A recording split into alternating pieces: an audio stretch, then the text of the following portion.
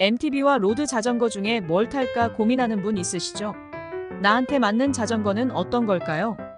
로드와 MTB는 생긴 모습도 다르지만 자전거를 타는 목적도 완전히 다릅니다. 그래서 자전거를 사기 전에 어떤 목적으로 자전거를 타려고 하는지 먼저 생각해 봐야 합니다. MTB가 마운틴 바이크의 줄임말 아닙니까? 말 그대로 길이 좋지 않은 곳에서 탈 수 있도록 만든 자전거입니다. 그에 비해 로드바이크는 포장도로에서 빠른 속도로 달릴 수 있도록 만든 자전거입니다. 아직도 결정이 어려우신가요? 그렇다면 자전거 마케팅 전문가 숀 코피의 말을 들어보시죠. MTB가 친구라면 로드바이크는 애인입니다. 여러분은 친구가 필요한가요? 아니면 애인을 원하시나요? 물론 친구와 애인 둘 다 가진 라이더들도 많습니다. 그거 자전거 타면서 생각한 겁니다. 26 젊은 나이에 아인슈타인이 생각해냈다는 그것은 과연 무엇일까요?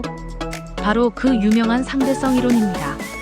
어떤 사람들은 아인슈타인이 그 나이에 자전거를 탔다는 증거가 없다면서 믿을 수 없다는 반응을 보이기도 합니다. 그런데 이 일화의 사실 여부를 두고 논쟁할 필요는 없을 것 같습니다. 왜냐하면 라이더들은 자전거가 영감의 원천이라는 걸 몇 번만 타봐도 금방 알아채기 때문입니다. 경치 좋은 곳에서 맑은 공기 마시며 바퀴를 굴리다 보면 새로운 아이디어가 자꾸 떠오르는 걸 경험하게 됩니다. 창의성이 몰입에서 나오는 결과라고 본다면 자전거 타기보다 몰입하기 좋은 운동이 또 있을까요? 그런 점에서 창조적인 일을 하는 분들에게 적합한 운동이 바로 사이클링입니다.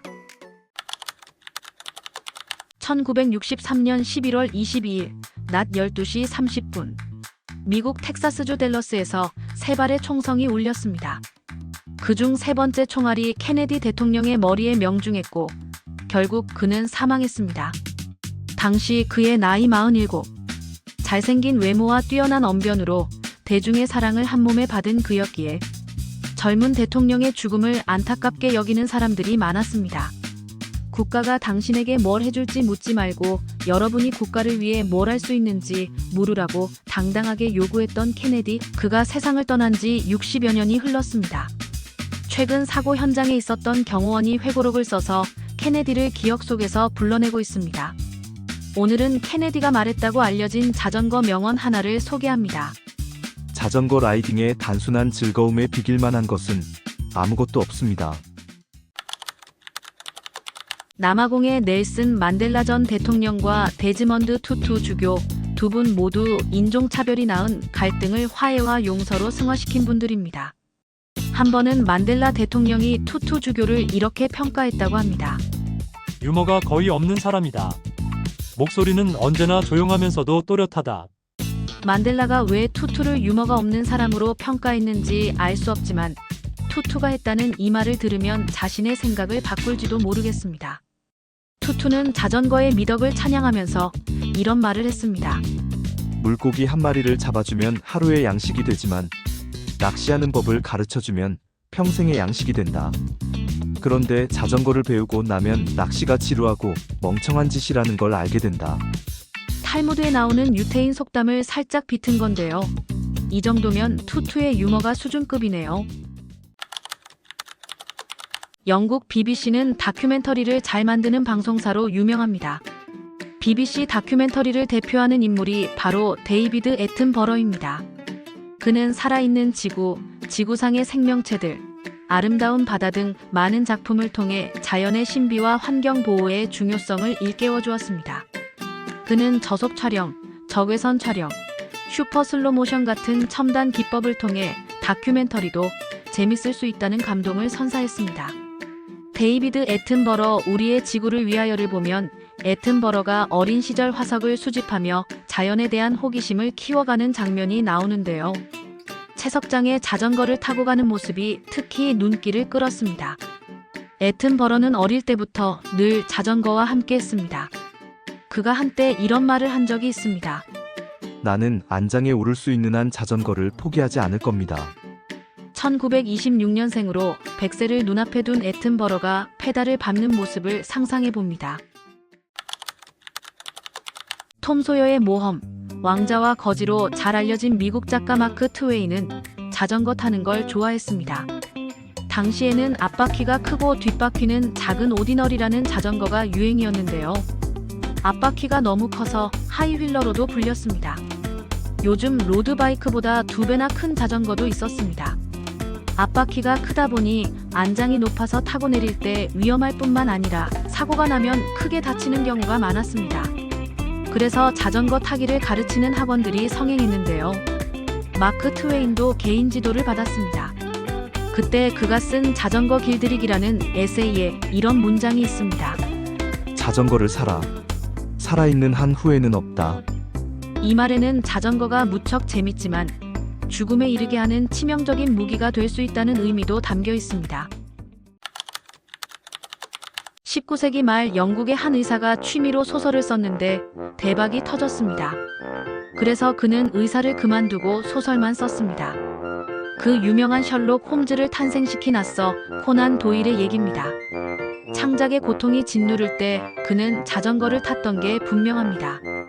아서 코난 도일이 했다는 이 말을 들어보면 자전거가 작가에게 위안과 영감을 주었다는 걸 짐작할 수 있습니다. 우울할 때, 어둑어둑해질 때, 일이 지겨울 때, 어디에서도 희망을 찾을 수 없을 때, 그냥 안장에 올라 가볍게 한 바퀴 달려보자. 자전거 타는 것 외에는 아무 생각도 하지 말고. 작가는 그렇게 기분 전환을 하고 돌아오면 글이 술술 써지는 신기한 경험을 했을지도 모릅니다. 글이 써지지 않아서 고민하는 작가가 있다면 자전거를 타보는 건 어떨까요? 자전거를 탄 날과 그렇지 않은 날이 분명 달라질 겁니다. 직장에서 쫓겨난 한 남자가 어느 날 이런 생각을 합니다. 뭐든지 할 수 있는 능력이 주어진다면 난 뭘 할까? 그는 자전거로 전 세계를 여행하면서 행복을 찾겠다고 결심합니다. 스코스톨의 자전거 세계 일주는 그렇게 시작됐습니다. 4년간 6대륙 50개국을 자전거로 여행하면서 그가 달린 거리는 지구 한 바퀴 4만 킬로미터를 넘습니다. 여행 중에 강도를 당하고 감옥에 갇히기도 하고 탈수로 거의 죽을 뻔한 위험한 순간들이 많았다고 합니다. 하지만 온갖 역경에도 굴하지 않고 스톨은 마침내 세계 일주의 꿈을 이뤘습니다. 우리는 하고 싶은 일이 있어도 이런저런 핑계를 대며 뒤로 미룹니다. 그러다가 결국 시작도 못 해보고 후회합니다. 그런 분들은 스톨의 이 말에서 용기를 얻기 바랍니다. 자전거 세계 일주는 한 번의 페달링에서 시작됩니다. 차를 운전해서 간 곳은 몇 번을 갔어도 다시 가라고 하면 자신이 없습니다. 그런데 신기하게도 자전거를 타고 간 곳은 기억이 또렷합니다. 그 이유를 어니스트 해밍웨이는 이렇게 설명합니다.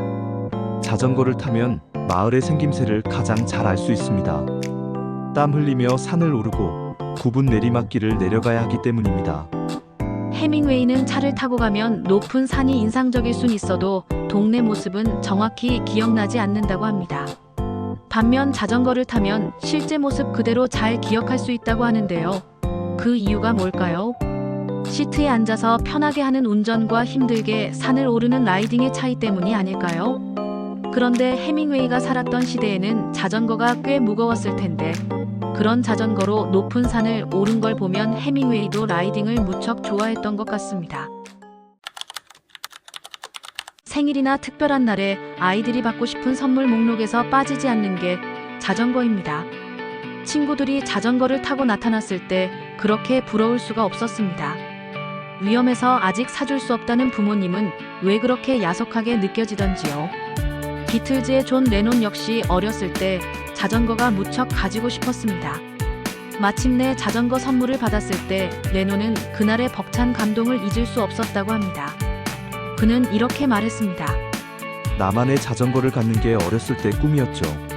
자전거를 갖게 된 날 나는 리버풀에서, 아니, 이 세상에서 가장 행복한 아이였습니다. 자전거는 제 삶의 전부였습니다. 아이들은 밤에 자전거를 뒤뜰에 보관했지만 나는 그렇게 하지 않았습니다. 집에 들여놓아야 한다고 우겼고 첫날 밤에는 심지어 침대에서 같이 잤습니다. 자전거가 건강에 좋다는 건 이제 삼척동자도 아는 상식입니다. 자전거 라이딩은 대표적인 유산소 운동으로 다이어트에 좋은 운동입니다. 당뇨병, 고혈압 같은 성인병 예방뿐만 아니라 자전거는 심혈관계와 하체 근력 강화에도 도움이 됩니다. 최근에는 자전거가 정신 건강에 좋아 치매나 우울증 예방에도 효과가 있다는 보고도 나왔습니다. 그런데 자전거가 건강의 특효약이라는 걸 이미 오래전에 간파한 분이 있는데요. 19세기를 살았던 의사이자 선교사 도티 박사는 이렇게 말했습니다. 자전거를 타면 이 아름다운 세상을 그 어떤 부류의 사람들보다 더 많이 볼 수 있다. 이 좋은 자전거 잘만 활용하면 인간이 앓는 질병 대부분을 치료할 수 있다. 멋진 경치 구경하고 건강도 유지하고 이런 게 일석이조 아닐까요? 1973년 옥스퍼드 대학의 윌슨 교수는 과학 잡지 사이언티픽 어메리컨에 논문 한 편을 기고했습니다. 인간과 기계, 동물의 운동 능력의 효율성을 비교하는 논문입니다. 인간은 중간쯤으로 나왔고 1등은 가장 적은 에너지로 가장 먼 거리를 이동한 콘도르가 차지했습니다. 그런데 인간에게 자전거를 주었더니 놀라운 일이 벌어졌습니다. 단숨에 1등으로 치고 올라간 겁니다. 이런 결과를 접한 윌슨 교수는 자전거 예찬론자가 되어 이렇게 말했습니다. 자전거는 물질이나 에너지 자원을 거의 필요로 하지 않기 때문에 오염과 사망 또는 부상을 유발하지 않습니다. 오히려 건강에 긍정적인 기여를 하는 가장 축복받은 기계입니다. 자전거와 컴퓨터가 인간의 삶을 크게 바꿨는데요. 요즘 대세로 떠오른 인공지능은 또 어떤 세상을 보여줄지 기대가 큽니다. 자전거를 오래 타면 부품이 마모돼 성능이 떨어집니다. 그래서 모든 부품은 교체 주기가 있습니다. 구동계에서 변속을 통해 주행을 편하게 도와주는 부품을 카세트 또는 스프라켓이라고 합니다. 그런데 스프라켓을 교체할 때 보면 늘 쓰던 톱니바퀴만 마모돼 있고 잘 쓰지 않는 몇 장은 새 것처럼 멀쩡합니다. 아깝지만 어쩔 수 없이 교체하게 되는데요. 만화가 찰스 슐츠가 이 상황에 딱 맞는 말을 했습니다. 인생은 10단 자전거와 같다. 우리 대부분은 절대 쓰지 않는 기어를 가지고 있다. 인간은 많은 재능을 가지고 태어나지만 살면서 쓰는 건 일부에 불과하다는 뜻이겠죠. 스프라켓을 다양하게 쓰면 도로 상황에 맞춰 최상의 퍼포먼스를 낼 수 있듯이 인생에서도 자신의 잠재력과 재능을 10분 활용하면 훨씬 큰 성취를 이룰 수 있습니다. 오늘 장거리를 탔다고 SNS에서 자랑하는 라이더를 종종 봅니다. 물론 자랑할 만한 일입니다. 자전거 세계에서 마일리지는 일종의 훈장 같은 거니까요. 그런데 우리가 놓치고 있는 게 있습니다. 미국 소설가 루이스 라무르의 말을 들어보시죠. 오늘 달린 거리가 몇 킬로미터나 되는지 자랑하는 사람은 수없이 많지만 정작 무엇을 받는지 말하는 사람은 거의 없습니다. 라무르의 말처럼 여행에서 중요한 건 속도계에 찍힌 숫자가 아니라 무엇을 보고 무엇을 느꼈나 하는 겁니다. 자전거 여행에서도 양보다 질은 진리에 가깝습니다. 다음 라이딩에서는 몇 킬로미터 왔다, 몇 킬로미터 남았다만 생각하지 말고 주변을 찬찬히 살펴보세요. 여러분의 라이딩을 오래도록 기억나게 만들어줄 특별한 무언가를 발견한다면 그 라이딩은 훨씬 더 의미 있는 여행이 될 겁니다. 미국의 자전거 디자이너 그랜트 피터스는 브리지스톤 사이클의 마케팅 이사로 일하면서 XO 자전거 시리즈를 디자인했습니다. 1994년에 브리지스톤이 미국 내 영업을 중단하자 피터스는 스페셜라이즈드와 트랙으로부터 영입 제안을 받습니다. 하지만 그는 거절하고 자신이 직접 리븐델 자전거 제작소를 설립합니다. 피터스는 요즘 나오는 가벼운 레이싱 자전거보다 옛날식 기술과 소재로 만든 편안한 자전거를 추구했습니다. 피터슨이 이런 말을 한 적이 있습니다. 자전거는 탈 것인 동시에 세상을 구하는 예술이라고 생각하라. 자전거의 실용성 못지않게 미학적 아름다움도 중요하다는 뜻입니다. 그의 말에 동의하면서 새로 자전거를 사려는 분들은 이왕이면 보기에 이쁜 걸로 사시기 바랍니다. 예뻐야 한 번이라도 더 타게 되니까요. 한번 자전거와 인연을 맺은 사람들은 좀처럼 자전거를 떠나지 못합니다. 바빠서 한동안 자전거를 못 타는 사람도 시간이 지나면 언젠가는 다시 안장에 오릅니다. 자전거의 매력을 잊지 못해 다시 돌아오는 거죠. 자전거를 타는 사람들은 자전거가 건강에도 좋고 스트레스 해소에도 도움이 될 뿐만 아니라 삶의 활력소가 된다는 걸 잘 알고 있습니다. 자전거는 온실가스 배출이 없는 친환경 교통수단이기도 합니다. 이외에도 자전거에는 무수히 많은 장점이 있습니다. 그런데 이런 장점까지 있는지 미처 몰랐습니다. 록밴드 그레이트풀 데드의 창립 멤버인 가수이자 기타리스트 밥 위어가 우리가 놓치고 있던 자전거의 장점을 알려줍니다. 자전거는 여자를 유혹할 때 기타 못지않게 유용하다. 자전거를 사야 할 이유가 하나 더 생겼습니다. 1980년 9월 미국 공영방송 PBS는 우주에 관한 13부작 다큐멘터리 코스모스를 방송합니다.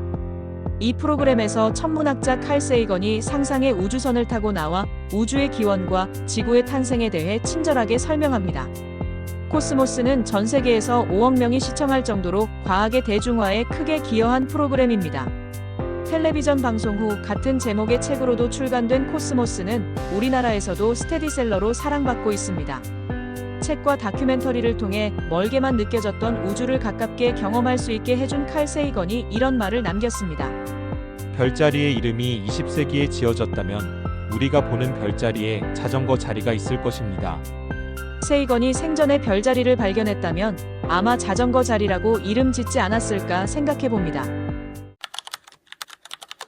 3살 때부터 밥 먹고 잠자는 것 외에는 주로 자전거와 시간을 보냈던 한 남자가 애지중지하던 자전거를 도난당했습니다. 벌써 3번째입니다. 비싼 자전거는 아니지만 너무나 정이 든 자전거였기에 큰 시리에 빠졌습니다. 그는 이제 어떤 일이 있어도 자전거를 빼앗기지 않겠다고 굳은 결심을 합니다. 영국의 제임스 그리어는 그때부터 자전거 자물쇠 연구에 매진했습니다. 그렇게 5년 넘게 자물쇠를 연구한 끝에 그리어는 바이크락 위키를 설립하고 스스로 수석 편집인이 되어 자물쇠에 관한 유용한 정보를 제공하기 시작했습니다. 바이크락 위키 홈페이지에서 그리어는 자신을 소개하는 글 마지막에 이런 구절을 남겼습니다. 자물쇠를 채우지 않으면 내 자전거가 아닙니다. 저도 비슷한 얘기를 해보겠습니다. 눈앞에 없으면 내 자전거가 아닙니다. 메흐메트 무라트 일단은 터키의 극작가입니다. 그는 영국에서 공부해 경제학 석사와 박사 학위를 받았습니다.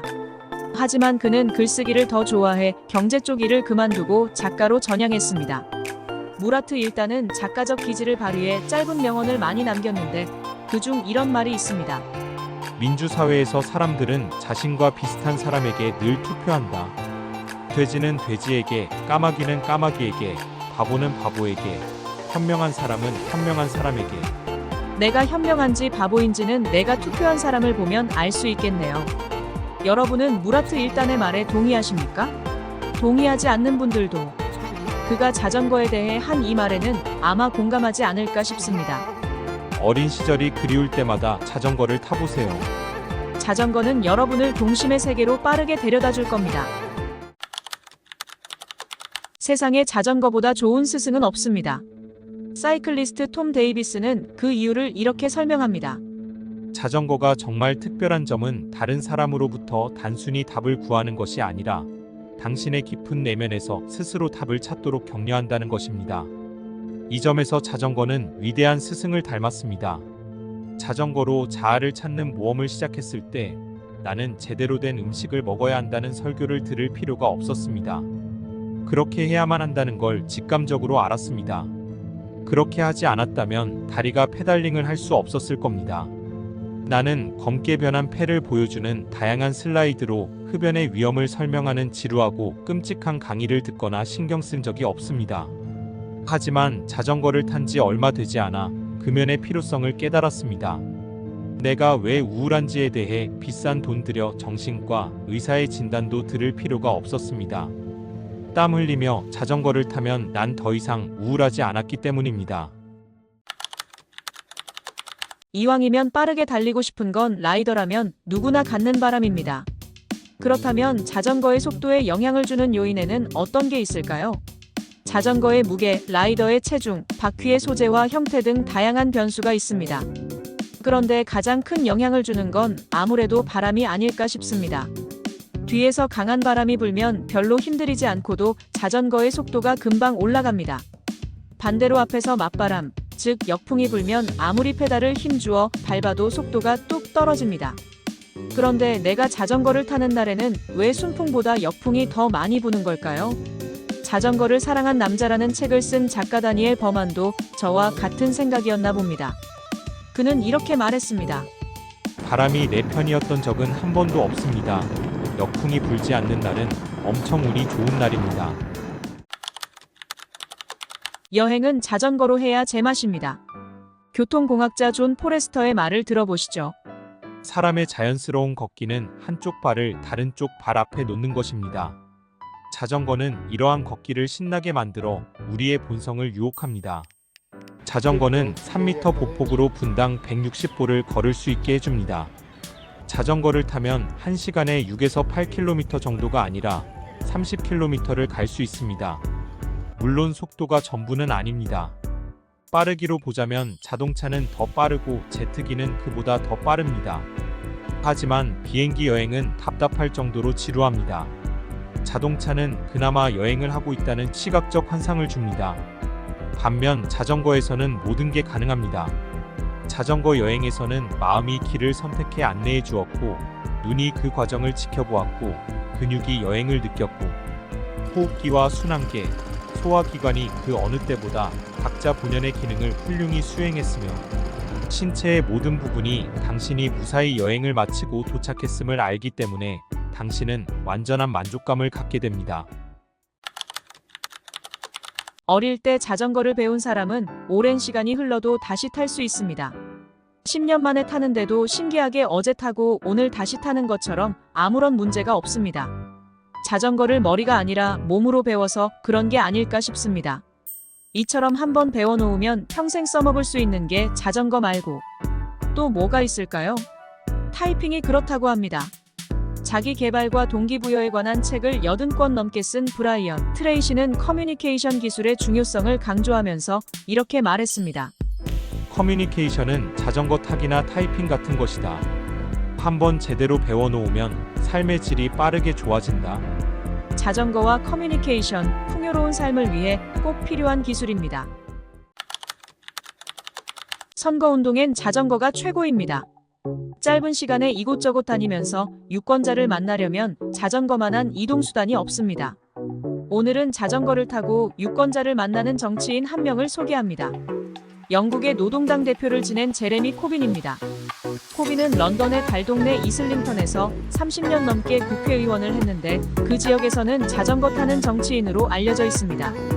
그가 오랜 세월 국회의원을 할 수 있었던 비결은 자전거를 타고 지역을 돌며 시민들과 소통한 성실함 때문이라고 합니다. 그의 자전거 예찬론을 한번 들어보시죠. 자전거 라이딩은 인간의 노력이 만들어낸 최고의 성과물입니다. 자전거는 환경에 해를 끼치거나 다른 사람을 방해하지 않으면서도 먼 거리를 이동할 수 있게 해줍니다. 자전거는 기술과 인간 에너지의 완벽한 결합입니다. 자전거 타는 과학자죠. 미국의 빌라이가 이런 말을 했습니다. 자전거 타는 사람이 많아야 미래가 밝습니다. 그래야만 합니다. 운동하러 체육관에 가면서도 차를 운전하는 사람들이 많다면 뭔가 잘못된 세상입니다. 동의하시나요? 길이 불편하고 위험해서 차로 이동하는 분들도 계시겠죠. 다만 귀찮고 번거롭다는 이유라면 다시 한번 생각해 보시는 건 어떨까요? 어차피 운동하러 가는 길이라면 자전거를 이용해 보세요. 하루하루가 바쁜 현대인들은 따로 시간 내서 운동하기 힘들잖아요. 그럴 땐 생활 속에서 틈만 나면 운동을 해야 합니다. 지하철 이용할 때 엘리베이터나 에스컬레이터 대신 계단을 이용해 보세요. 주차할 때도 웬만하면 멀리 세우고 조금이라도 더 걷는 건 어떨까요? 한 정거장 정도는 버스 타지 않고 걸어가는 걸 추천합니다. 이 정도만 실천해도 나의 하루가 더욱 건강해지겠죠. 미국에서 있었던 일입니다. 독립미술가협회가 주최한 전시회에 남성용 변기 하나가 접수됐습니다. 마르셀 뒤샹이 가명으로 출품한 작품입니다. 협회는 누가 장난친 것으로 생각해 전시를 거부했습니다. 하나 더 보겠습니다. 이번에는 자전거 바퀴를 의자에 거꾸로 설치한 작품입니다. 자전거에 달려있어야 할 바퀴를 의자에 올려놓았습니다. 현실의 평범한 물건도 얼마든지 예술작품이 될 수 있다는 걸 보여줍니다. 이렇게 뒤샹은 예술에 대한 기존의 통념을 뿌리째 흔들고 있습니다. 그런데 뒤샹은 왜 이 작품을 만들었을까요? 작가의 말을 들어보시죠. 스튜디오에 자전거 바퀴가 있으면 좋겠다고 생각했습니다. 그냥 바라보고만 있어도 즐겁습니다. 벽난로 속에서 불꽃이 춤추는 걸 보면 기분이 좋아지는 것과 같은 거죠. 내 스튜디오에 벽난로가 있는 셈입니다. 현대인의 가장 큰 관심사는 돈과 건강입니다. 요즘 핫한 유튜브는 재테크와 건강 정보를 다루는 채널입니다. 자전거를 다루는 이 채널도 건강과 관련이 있는데 왜 뜨지 않는 걸까요? 더욱 분발해야겠습니다. 그런데 여러분도 돈과 건강에 관심이 많으신가요? 그렇다면 제가 돈도 벌고 건강도 챙기는 간단한 방법을 알려드리겠습니다. 자전거만 타면 됩니다. 자전거를 타면 돈과 건강이 저절로 따라옵니다. 뉴질랜드의 방송인 필 코건의 말을 들어보시죠. 자전거를 타면 기본으로 돌아가게 됩니다. 자전거는 다이어트에도 좋고 지갑도 두둑하게 채워줍니다. 자전거는 대표적인 유산소 운동인 동시에 친환경 교통수단입니다. 자전거를 타면 뱃살이 빠지고 기름값이나 교통비를 안 써도 되니 돈도 벌 수 있습니다. 이런 게 일석이조 아닐까요?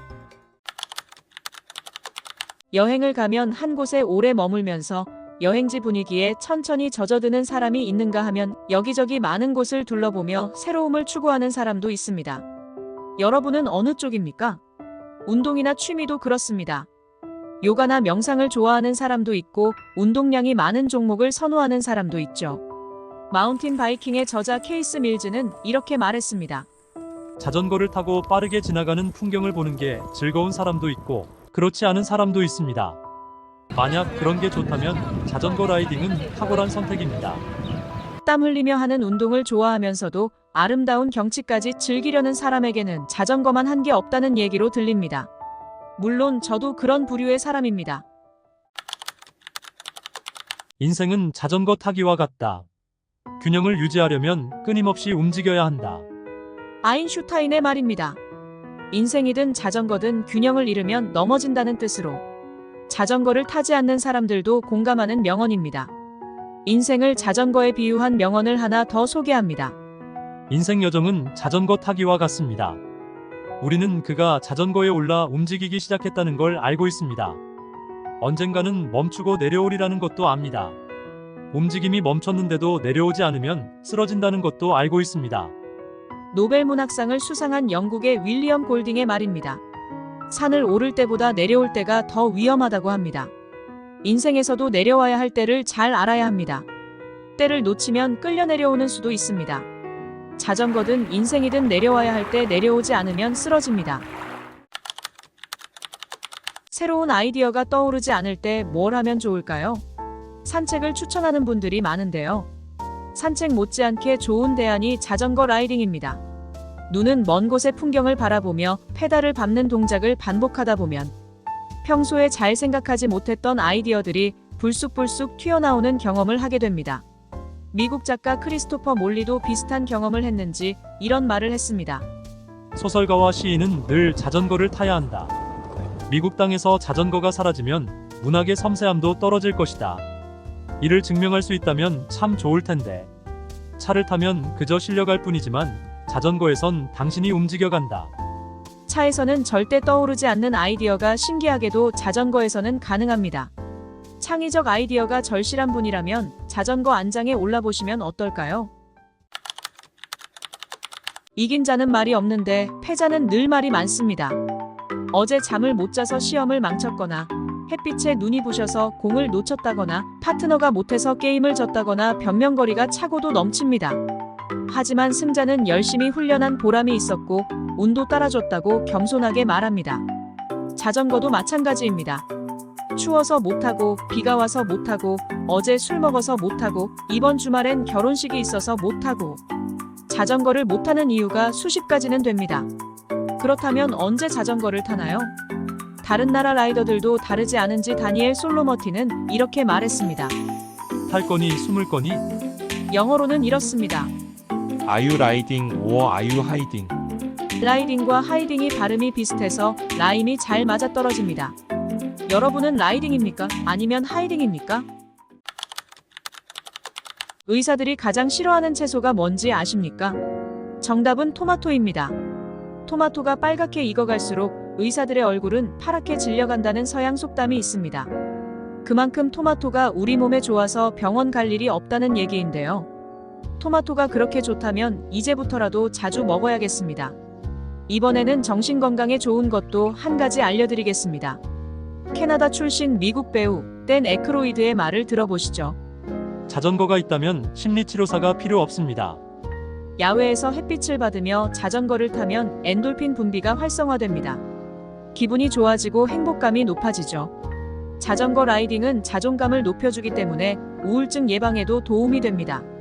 육체적 건강에는 토마토, 정신 건강에는 자전거 잊지 마시기 바랍니다. 자전거 탄 날 토마토까지 먹으면 금상첨화겠네요.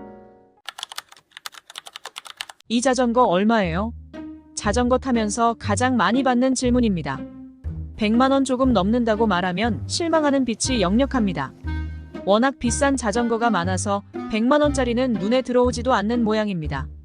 그만큼 고가의 자전거가 많아졌습니다.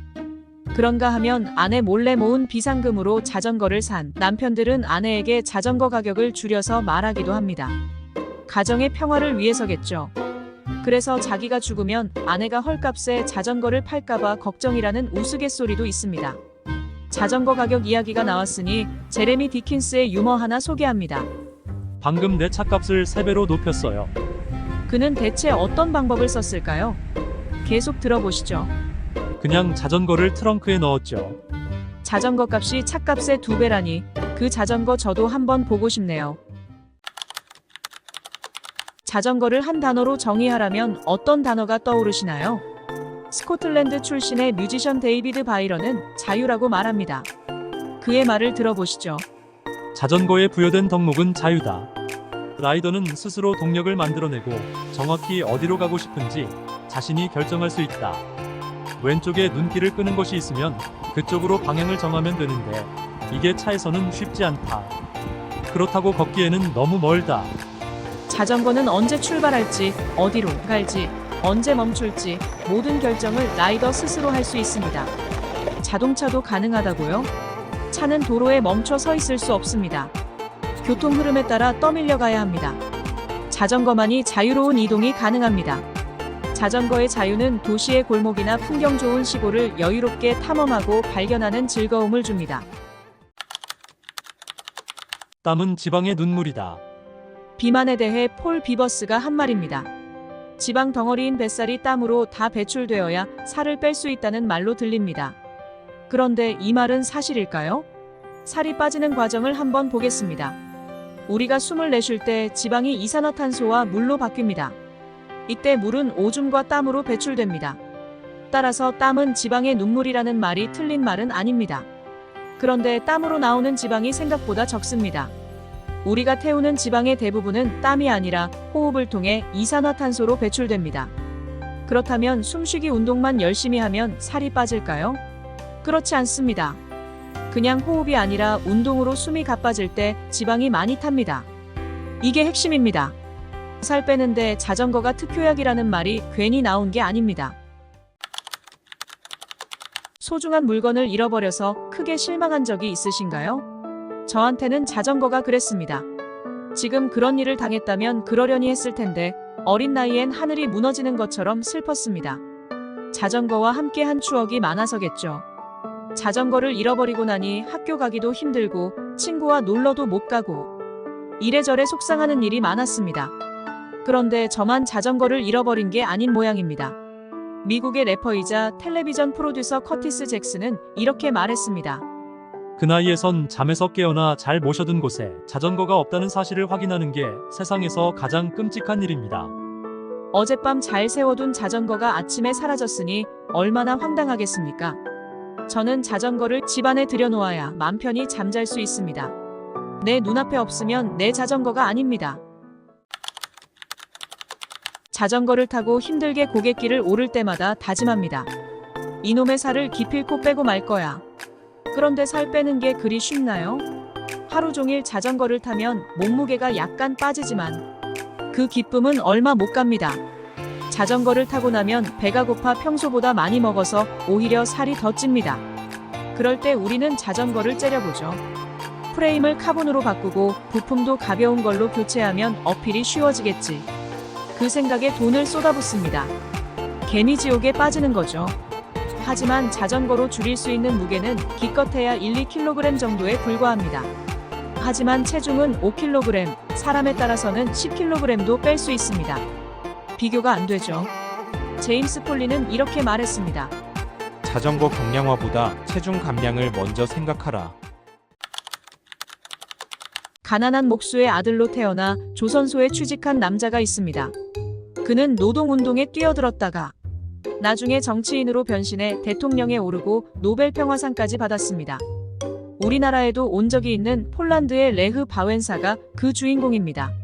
한때 공산당 치하에서 감금 생활을 당하는 등 갖은 고초를 겪으면서도 그는 여유와 웃음을 잃지 않았습니다. 오늘은 바웬사가 자전거에 대해 언급한 유머를 소개합니다. 그는 이렇게 말했습니다. 나는 게으르다. 하지만 바퀴와 자전거의 발명은 게으른 사람들 덕분이다. 왜냐하면 그것들은 그들이 걷기와 물건, 옮기는 걸 싫어하지 않았다면 나올 수 없는 발명이기 때문이다. 어떻게 들으셨습니까?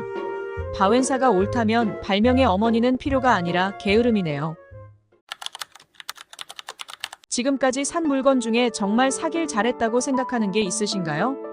제게는 자전거가 그런 물건입니다. 그런데 자전거 소유가 그리 간단치 않다고 말하는 철학자가 있습니다. 프랑스의 장폴 사르트르는 존재와 무에서 이렇게 썼습니다. 자전거를 소유한다는 것은 처음에는 보는 것이고 다음에는 만지는 것이다. 하지만 만지는 것만으로는 부족하다. 이제 해야 할 일은 자전거를 타고 달리는 것이다. 하지만 목적 없는 라이딩 역시 뭔가 부족하기는 마찬가지다. 그렇다면 심부름 갈 때 자전거를 이용해 볼 수 있겠다. 마지막은 여러분이 예상하는 그대로다. 돈을 내면 자전거는 내 소유가 되지만 이 소유를 실현하기 위해서는 전 생애가 필요하다. 자전거를 제대로 소유하기가 이렇게 힘든 일이군요. 정치인으로 변신해 대통령까지 오른 축구 선수가 있습니다. 라이베리아의 조지 웨아 선수인데요. 웨아는 1995년 발롱도르와 국제축구연맹 올해의 선수상을 동시에 수상한 스타 선수입니다. 2003년 현역에서 은퇴한 그는 조국 라이베리아로 돌아가 정치에 도전합니다. 대통령 선거와 부통령 선거에 연거푸 떨어지다가 마침내 2017년 세 번째 도전에서 대통령에 당선됐습니다. 빈곤 퇴치와 교육 문제에 관심이 많았던 웨아가 이런 말을 한 적이 있습니다. 교육은 자전거처럼 연속적인 과정이다. 페달을 밟지 않으면 앞으로 나아갈 수 없다. 자전거 페달을 밟듯이 지속적인 교육으로 빈곤 문제를 해결하겠다는 웨아 대통령의 의지가 느껴집니다. 재선에 도전했다가 실패했지만 웨아는 가난한 조국을 위해 계속 봉사하겠다고 말했습니다. 효율성이 가장 좋은 이동수단이 뭔지 아십니까? 놀라지 마십시오. 자전거입니다. 자전거는 지구상에 존재하는 어떤 교통수단이나 동물보다 에너지 효율성이 높습니다. 일정한 거리를 이동할 때 에너지를 적게 쓸수록 무게 대비 에너지 효율성이 높다고 합니다. 듀크 대학의 벤스 터커 교수는 에너지 효율성이 가장 높은 동물은 콘도르, 기계를 이용할 때는 자전거라는 연구 결과를 발표했습니다. 그렇다면 자전거는 자동차보다 효율성이 얼마나 높을까요? 자전거 잡지 바이시클링의 편집장 빌 스트링랜드는 이렇게 말했습니다. 자전거는 지금까지 나온 기계 중 가장 효율적입니다. 칼로리를 휘발유로 환산하면 1리터당 자전거가 갈 수 있는 거리는 1270km에 이릅니다. 연비 12km의 자동차에 비해 자전거의 효율성이 100배가 넘네요. 사람들이 들고 다니는 가방이나 여성들의 핸드백을 열어보는 걸 좋아했던 한 남자가 있었습니다.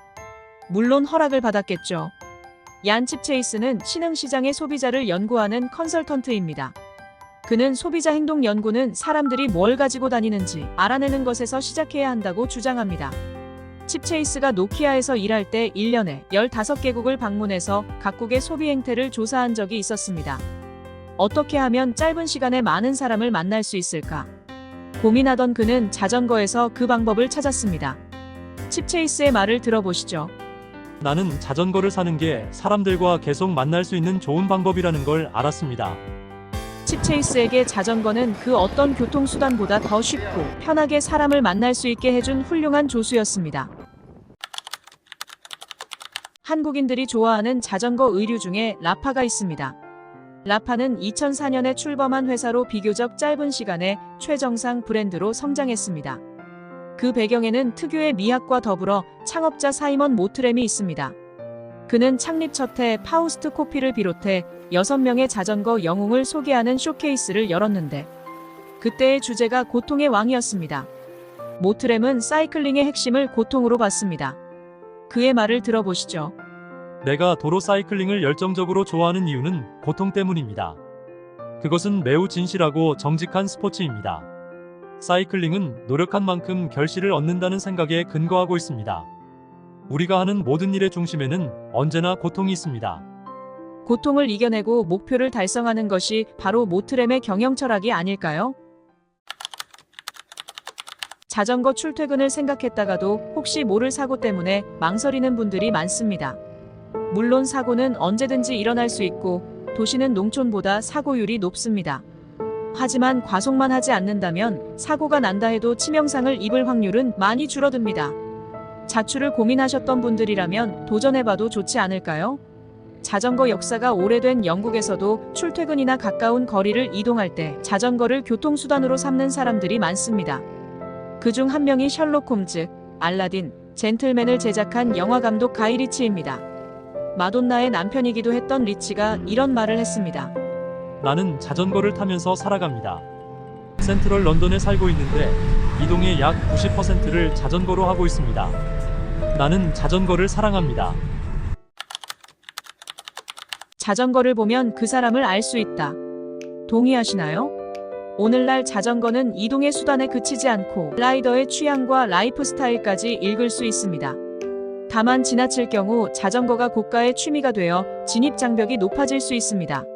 스코틀랜드의 케빈 맥키나 역시 사이클링이 점점 배타적인 취미가 되고 있다고 한탄합니다. 그의 말을 들어보시죠. 자전거와 조깅은 주로 도시 중산층의 전유물입니다. 그들은 자신의 건강관리와 활동성을 보여주는 것이 아니라 값비싼 스포츠웨어를 과시하는 일상적 패션쇼에 참가하고 있습니다. 달리기와 사이클링은 그들의 고급스러운 라이프 스타일에 어울리는 고가의 의류를 자랑하는 수단일 뿐입니다. 이런 상황이 우리나라도 예외가 아닌 것 같아 안타깝네요. 아르헨티나 작가 후안 카를로스 크레이머는 자전거 라이딩과 명상 사이에 밀접한 관련이 있다고 주장합니다. 그는 자전거로 명상하기라는 책에서 이렇게 썼습니다. 자전거는 단순히 이동과 운동, 즐거움만 주는 게 아닙니다. 자전거는 우리가 생각하는 것보다 훨씬 더 풍요로운 정신 상태에 도달하게 해주는 도구입니다. 자전거를 타면 명상에서 얻는 것과 유사한 느낌을 경험하게 됩니다. 다리의 움직임, 몸에서 생겨나는 에너지, 규칙적인 숨쉬기, 주변의 상황과 머릿속 생각에 대한 끊임없는 집중, 이 모든 것은 다리를 꼬고 앉아 눈을 감고 있을 때와 유사한 상태를 만들어서 우리의 생각이 그저 자연스럽게 흘러다닐 수 있게 해줍니다. 선에서는 이를 마음 챙김이라고 부릅니다. 자전거의 명상 효과라니 자전거가 못하는 게 없네요. 존 스노는 영국 채널4의 간판 뉴스 진행자입니다. 그는 출퇴근할 때 회사에서 제공하는 차량을 마다하고 자전거를 탈 정도로 자전거 광입니다. 스노의 말을 들어보시죠. 내가 자전거를 타는 이유는 건강이나 환경 문제가 아닙니다. 자전거를 타지 않고는 달리 살아갈 방법이 없기 때문입니다. 자전거는 저를 정착하게 해줍니다. 자전거는 내가 평범한 인간이라는 점을 상기시켜주죠. 자전거는 기본으로 돌아가게 해줍니다. 저의 하루는 온갖 미팅으로 꽉 차 있는데 모두 자전거로 갈 수 있는 거리입니다. 사실 계약서에는 출퇴근 시 차량을 제공하는 것으로 되어 있지만 저는 자전거에 중독된 것 같습니다. 자전거로 이곳저곳 떠도는 유목민의 삶을 살면서도 안장에 앉으면 늘 정착민이 되는 스노는 이미 자전거로 깨달음을 얻은 철학자입니다. 네덜란드는 자전거의 진심인 나라입니다. 특히 수도 암스테르담은 자전거 인프라가 잘 갖춰진 대표적인 도시입니다. 그런데 네덜란드에서 자전거가 인기 있는 이유를 국민성과 관련지어 해석하는 작가가 있습니다. 자전거 마니아 네덜란드의 저자 셜리 아구도는 이렇게 썼습니다. 네덜란드에서 자전거는 삶의 방식이다. 자전거는 제2의 천성이다. 네덜란드에서 일상적인 자전거 이용은 실용성과 밀접한 관련이 있다.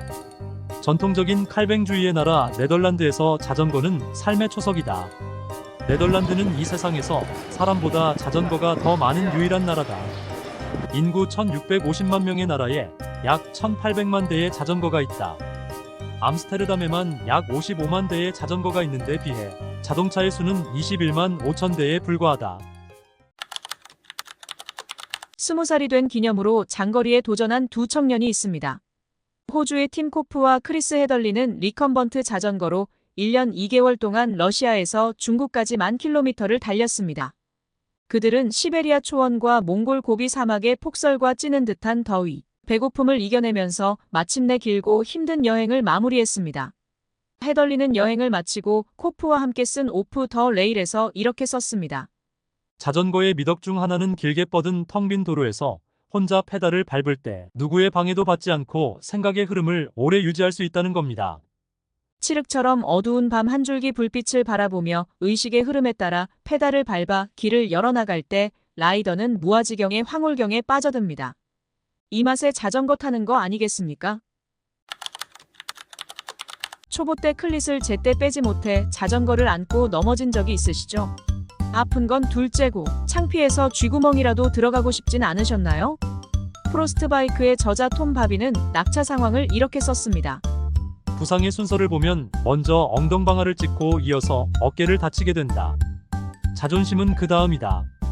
이런 사고를 자주 당하는 건 아니지만 내가 이성보다는 본능에 따라 반응한다는 걸 알았다. 그건 사고에 대한 반응 순서가 완전히 거꾸로라는 걸 깨달았기 때문이다. 첫째, 다시는 자전거를 타지 말아야지. 가장 먼저 드는 생각이다. 둘째, 벌떡 일어나 주변 사람들을 훑어보면서 창피스러움의 정도를 파악한다. 셋째, 자전거의 파손 상태를 확인한다. 넷째, 몸은 다친 데 없나 살펴본다. 생각해보면 역순이 정답인데 우린 왜 거꾸로 하는 걸까요? 우리에게 취미나 운동으로 타는 자전거가 누군가에게는 생활 필수품입니다. 도시까지 나가려면 몇 시간씩 걸어야 하는 시골 사람이 전 세계적으로 10억 명이나 된다고 합니다. 그들은 장사하러 시장에 가거나 학교와 병원에 갈 때 타고 갈 수 있는 자전거를 갖는 게 소원입니다. 국제자전거구호협회는 자전거가 필요한 사람에게 지원 사업을 하는 기구입니다. 2005년 창립 후 지금까지 약 80만 대의 자전거를 아프리카를 비롯한 가난한 나라의 주민들에게 기부했습니다. FK데이 회장은 자전거 한 대가 한 사람의 인생을 바꿀 수 있다고 강조합니다. 그의 말을 들어보시죠. 구호와 개발 사업에서 가장 중요한 문제가 저렴하면서도 신뢰할 만한 교통수단이라는 점을 모르는 사람이 많습니다. 한 개인의 삶에서 자전거는 산업혁명과 같은 것입니다. 빠르기로만 보자면 자전거는 자동차나 기차, 비행기를 당할 수 없습니다. 하지만 자전거는 느린 속도에도 불구하고 여전히 사람들의 사랑을 받고 있습니다. 그 이유가 뭘까요? 거던 리트의 말을 들어보시죠. 자동차와 비행기가 등장했는데도 자전거가 여전히 우리 곁에 남아있는 이유가 궁금합니다. 아마 사람들은 자전거 안장에서 보는 세상을 좋아하거나 자전거를 타고 야외로 나가서 마시는 공기를 좋아하나 봅니다. 또는 자전거의 단순미와 기계적 정밀성을 좋아하는지도 모릅니다. 그것도 아니면 단숨에 공기를 가르며 앞으로 나아갔다가 다음 순간 공원에서 여유롭게 페달을 밟는 기분을 좋아하기 때문일 겁니다. 이 과정에서 자전거는 숨막히는 배기가 쓰나 그 어떤 흔적도 남기지 않습니다. 자전거가 참 많은 매력을 가졌다는 걸 알았습니다. 프랑스 작가 마르셀 프루스트는 진정한 여행은 새로운 풍경을 보는 것이 아니라 새로운 눈을 갖는 것이라고 말했습니다. 여행을 가서 낯선 풍경을 보는 데서 그치지 말고 나 자신과 나를 둘러싼 세상을 보는 새로운 관점을 가지라는 말입니다. 프루스트의 말을 실천하기에 안성맞춤인 교통수단이 바로 자전거라는 생각이 듭니다. 이반 바소의 말을 들어보시죠. 자전거는 산에서뿐만 아니라 행운과 불운이 교차하는 삶에서도 오르막과 내리막의 의미와 인내란 무엇인가를 가르쳐줍니다. 자전거는 어떻게 살아야 하는지 가르쳐줍니다. 자전거는 진정한 자아를 찾아가는 긴 여행입니다. 오르막길이 힘들다고 포기하면 다운힐의 즐거움을 누릴 수 없겠죠. 삶에서도 불행을 견뎌내지 못하고 좌절한다면 내게 올 행운을 포기하는 겁니다. 자전거는 인생입니다. 어렸을 때 자전거를 타면 그렇게 즐거웠는데 어른이 되면 왜 자전거를 타지 않는 걸까요? 미국 저널리스트 콜먼 메카시는 이렇게 말했습니다. 자전거는 어렸을 때 배우는 최초의 기계이자 자동차의 유혹에 굴복해 포기하는 기계입니다. 처음 자전거를 배웠을 때를 기억하시나요? 두 바퀴로 균형을 잡고 앞으로 나아가는 순간 우리는 자유와 독립이라는 가치를 온몸으로 느꼈습니다. 바람을 가르며 달리는 즐거운 기분, 넘어져도 다시 일어나게 하는 도전 정신, 이 모든 것이 자전거와 함께 시작됐습니다. 첫 자전거를 선물 받았을 때의 벅찬 감동, 친구들과 함께한 즐거운 라이딩의 추억, 이런 기억들은 시간이 지나도 우리 마음속에 남아 있습니다. 어른이 된 지금 힘겨운 시간을 지나고 계신 분은 자전거 안장에 올라보세요. 자전거를 타며 행복했던 그때의 추억이 위로와 용기를 줄 겁니다. 타임머신, 투명인간으로 유명한 과학소설의 아버지 H.G. 웰즈는 자전거에도 관심이 많았습니다. 그는 기회의 바퀴에서 이렇게 썼습니다. 자전거를 탄 첫날부터 머릿속을 맴도는 꿈이 하나 생깁니다. 다리 근육에는 빙글빙글 돌아가는 움직임에 대한 기억이 사라지지 않습니다. 당신은 변화와 성장이라는 환상적인 꿈의 자전거를 타고 드림랜드를 지나고 있습니다. 당구를 치는 분들은 처음 당구를 배울 때를 기억하실 겁니다. 밤에 자려고 눈을 감으면 당구공들이 천장에서 이리저리 굴러가는 장면이 떠오르지 않으셨나요? 당구처럼 자전거도 한번 빠지면 헤어나오기 힘든 마법 같은 매력이 있습니다. 당구와 자전거 둘 중 하나를 선택해야 한다면 이왕이면 웰즈의 말처럼 변화와 성장을 향해 달려가는 자전거가 더 낫지 않을까요? 제도권 교육을 비판한 학교 없는 사회로 유명한 이반 일리치는 오스트리아 출신의 철학자이자 사회비평가입니다. 그는 대안적인 교통수단으로 자전거를 추천하기도 했습니다. 일리치는 필요의 역사에서 이렇게 썼습니다. 자전거는 공간을 적게 사용한다. 자동차 한 대의 주차 공간에 자전거 18대를 주차할 수 있다. 또 자동차 한 대가 이동할 때 필요한 공간에서 자전거는 30대를 탈 수 있다. 4만 명이 1시간 안에 다리를 건널 때 필요한 차선은 기차는 3개, 버스는 4개, 자동차는 12개인데 비해 자전거는 2개면 충분하다. 게다가 이 모든 차량 중에서 오직 자전거만이 걷지 않고 현관문까지 갈 수 있도록 해준다.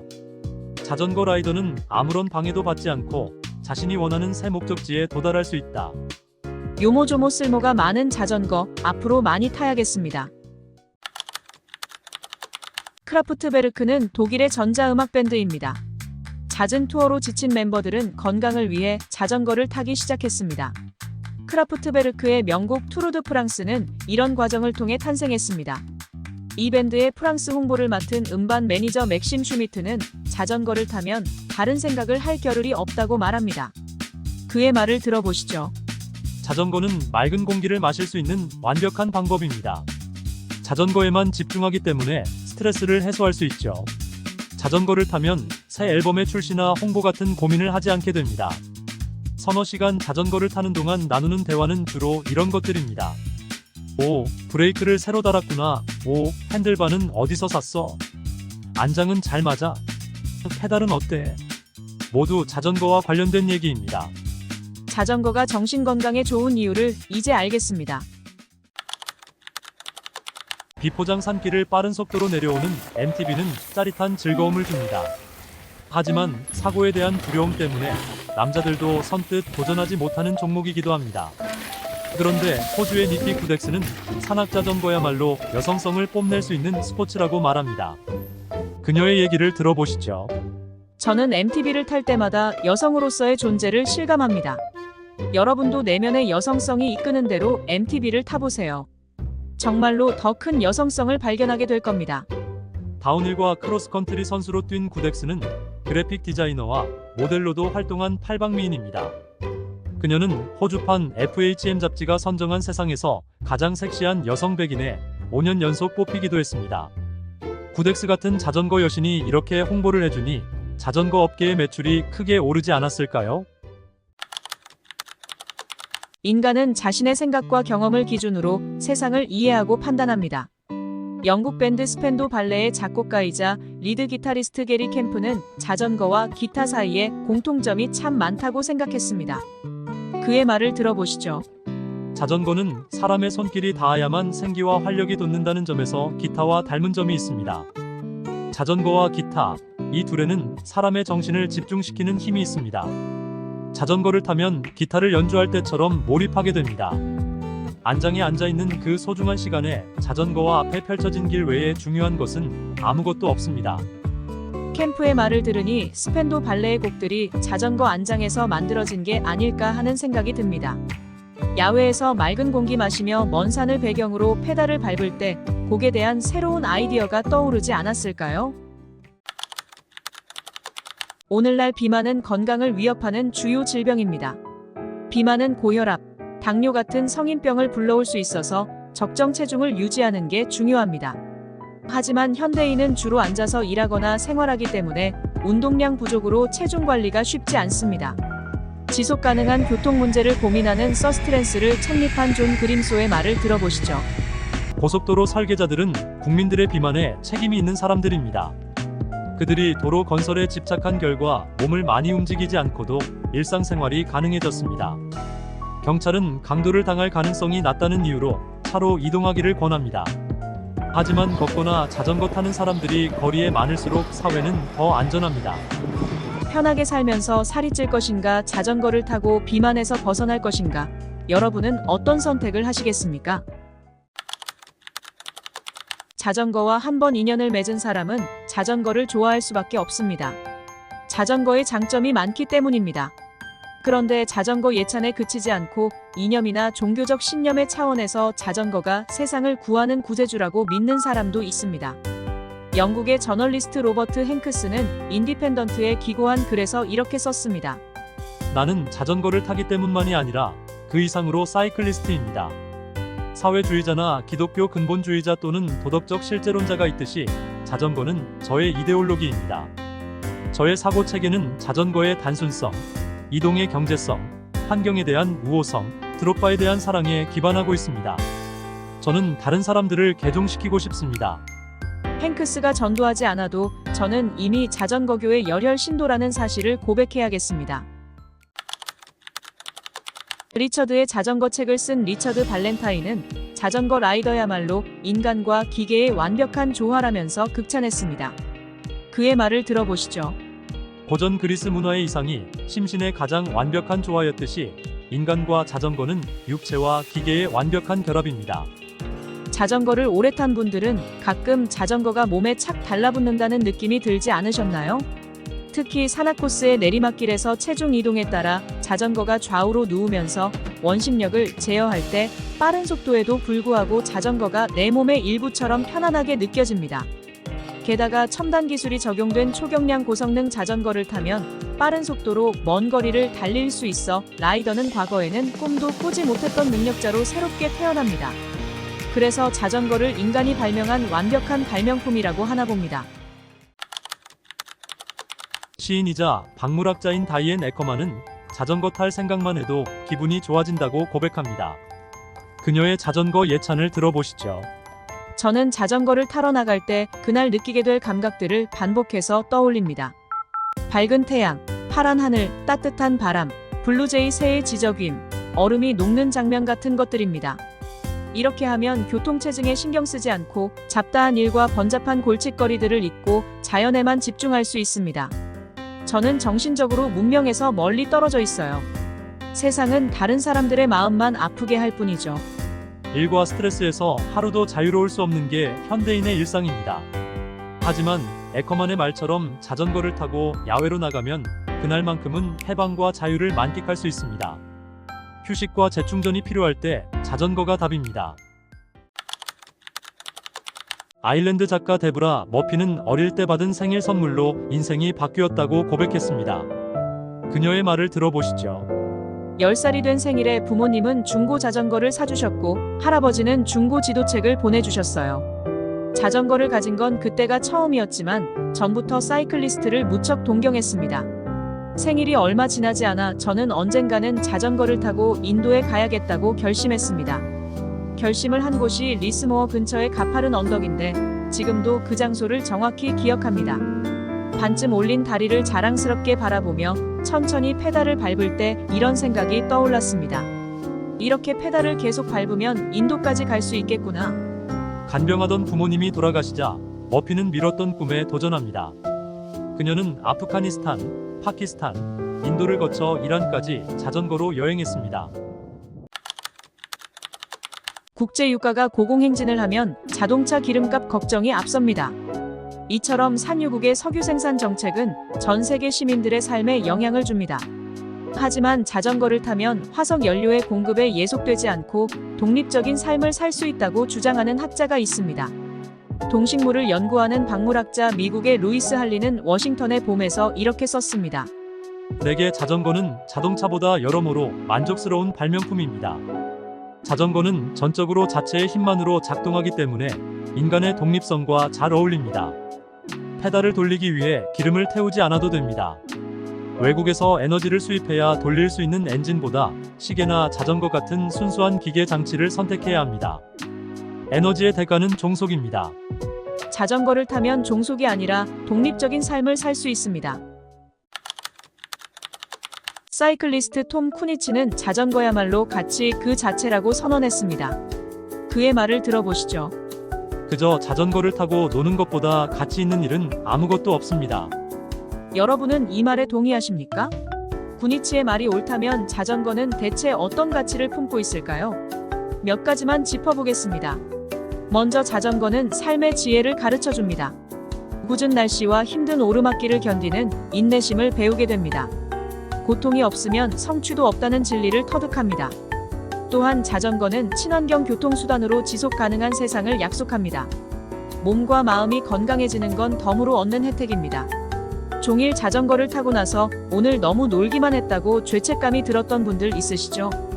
이제부터는 그런 후회 하지 않으셔도 됩니다. 오히려 여러분은 매우 가치 있는 일을 하신 겁니다. 악천후라는 것은 없다. 다만 부적절한 옷차림만 있을 뿐이다. 영국 작가 알프레드 웨일라이트가 한 말입니다. 한마디로 날씨는 죄가 없고 궂은 날씨에 대비하지 않은 사람이 문제라는 뜻인데 여러분은 동의하십니까? 저는 절반은 맞고 절반은 틀렸다고 생각합니다. 다른 계절보다 특히 한겨울과 장마철이 문제입니다. 물론 방풍 자켓이나 방한복을 입으면 한겨울의 강추위에도 어느 정도 대비가 되는 건 사실입니다. 하지만 손끝과 발끝처럼 말단 부위는 견디기 힘듭니다. 장마철에 소나기라도 퍼부으면 레인 자켓이나 방수 신발도 무용지물인 경우가 많습니다. 이처럼 방한과 방수가 적용된 기능성 의류라 해도 완벽할 수는 없습니다.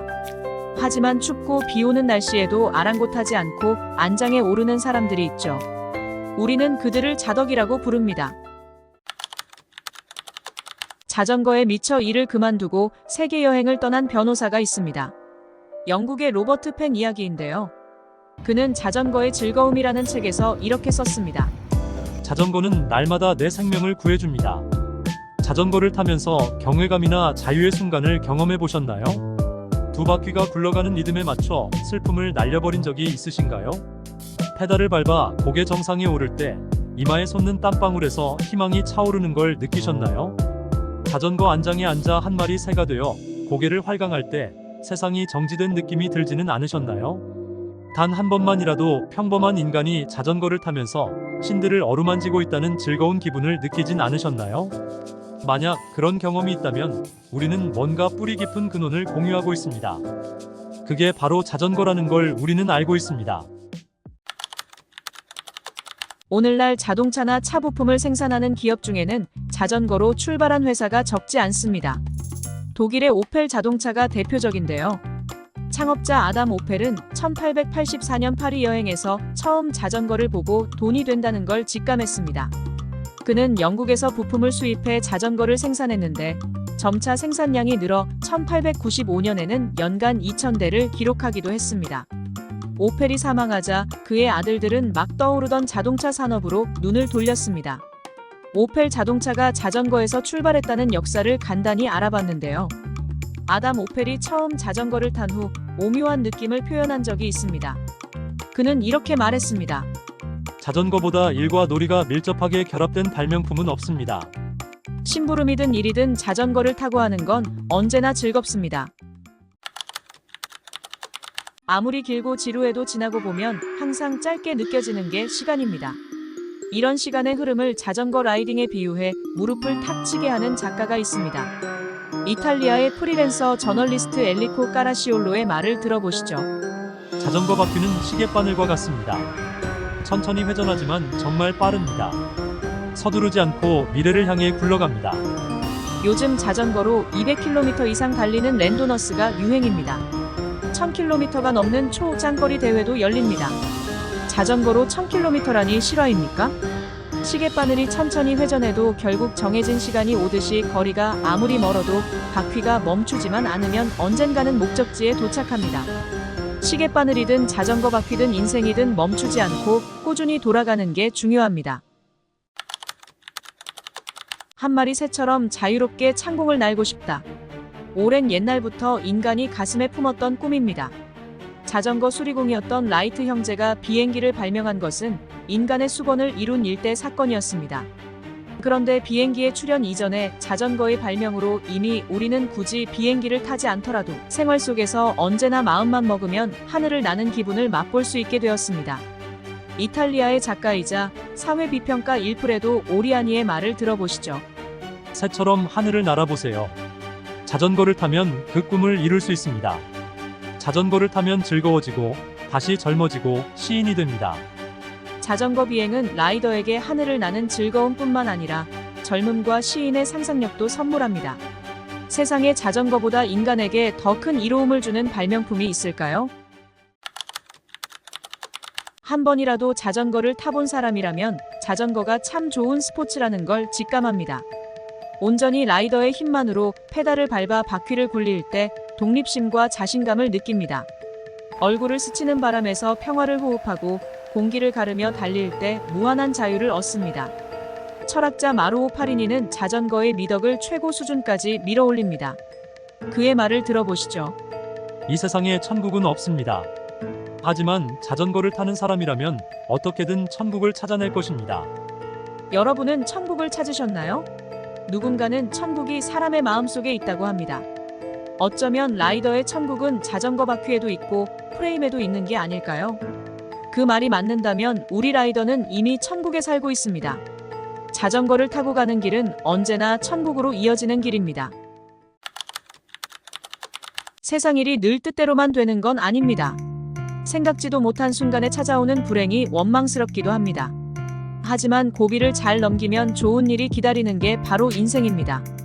프랑스 작가 르네 팔레는 새옹지마 같은 인생을 자전거에 비유했습니다. 그의 말을 들어보시죠. 자전거를 타는 사람은 인생이 절대 평탄하지 않다는 것을 압니다.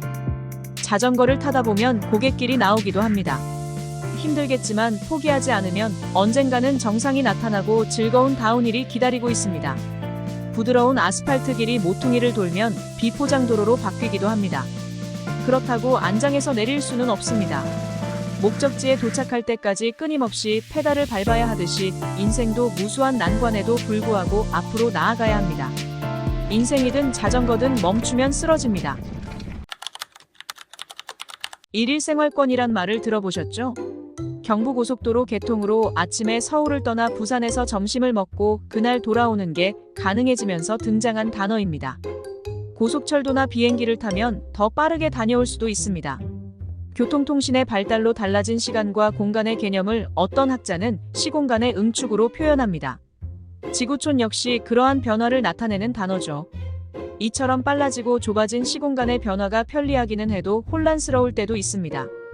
반작용으로 여유와 느림의 미학을 추구하는 사람들이 나타났는데 이들에게 딱 맞는 교통수단이 바로 자전거입니다. 이탈리아의 스포츠 저널리스트 세르지오 차볼리의 말을 들어보시죠. 자전거 라이딩은 삶이 시공간과 조화를 이루도록 하는 하나의 방식입니다. 움직이고 멈추는 게 자전거에서는 아직 인간적입니다. 우리 인간은 자유로운 존재입니다. 개인이 자유의지에 따라 자신의 운명을 스스로 결정할 수 있다는 깨달음이 바로 근대의 출발입니다. 그전 중세시대에는 신의 섭리에 따라 인간의 운명이 미리 정해져 있다는 사고가 널리 퍼져 있었습니다. 그렇다면 인간이 자유로운 존재라는 근거가 무엇이냐는 질문이 따라옵니다. 학자들은 그에 대한 답을 합리성 또는 이성에서 찾고 있습니다. 대표적인 인물이 나는 생각한다, 그러므로 나는 존재한다고 설파했던 르네 데카르트입니다. 이탈리아 화가 알리지 사수는 자전거에서도 인간의 자유를 발견할 수 있다고 주장합니다. 그의 말을 들어보시죠. 자전거는 자유로운 인간이라는 주장을 뒷받침하는 증거입니다.